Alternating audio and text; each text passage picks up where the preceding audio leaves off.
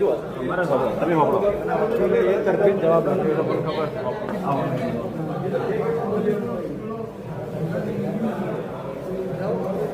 જાઉં કમિંગ સાહેબ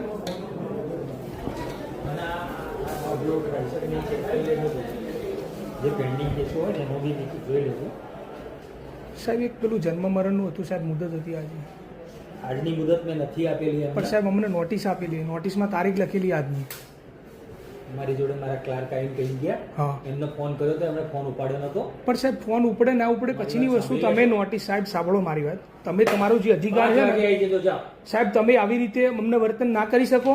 તમે જે પોસ્ટ ઉપર બેઠા છો ને અમારા ટેક્સના પૈસામાં બેઠા છો સાહેબ, બરાબર?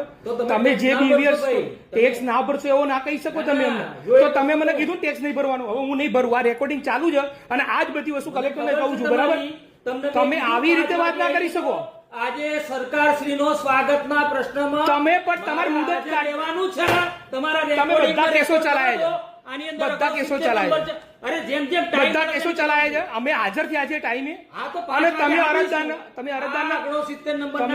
અરજદારને જાણી જોઈને હેરાન કરો છો અને તમે જે કામ કરો છો તમે કરજો. કલેક્ટર સાહેબ તમે સાહેબ જે કરવું હોય એટલે અમે એવો અધિકાર તમે નહીં ધરાવતા, અમને આવું કહી શકો, બરાબર? તમારે કેસ ચલાવવો જ પડે સાહેબ, તમારે કેસ ચલાવવો જ પડે, એમાં સવાલ જ નથી. તમારે તમે મુદત આપી છે 5 વાગે એ તમારી મનમાની ના ચાલે સાહેબ. આ મતલબ કે એવું નથી મનમાની તમારી.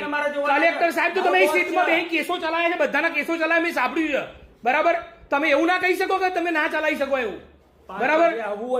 5 વાગે એટલે તમે 5 વાગે કોર્ટ બંધ થઈ જાય. આ ઓફિસ તો ટાઈમ 5 વાગ્યાનો છે, બરાબર?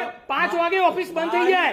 તમે એવું ના કહી શકો અમને, તમે એવું ના કહી શકો અમને, બરાબર? 5 વાગે ઓફિસ બંધ થઈ જાય. તમે એવું કોણ કહેવા વાળા અમને, બરાબર?